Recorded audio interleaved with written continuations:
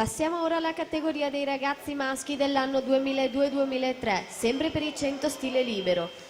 Sono previste 6 batterie. Nella prima troviamo Furio Carbonari in corsia 1, Leonardo Bolzonella in 2, Gabriele Bimbatti in 3, Jacopo Mazzuia in 4, Francesco Pozzoboni in 5, Giacomo De Leo in 6, Andrea Poiesi in corsia 7.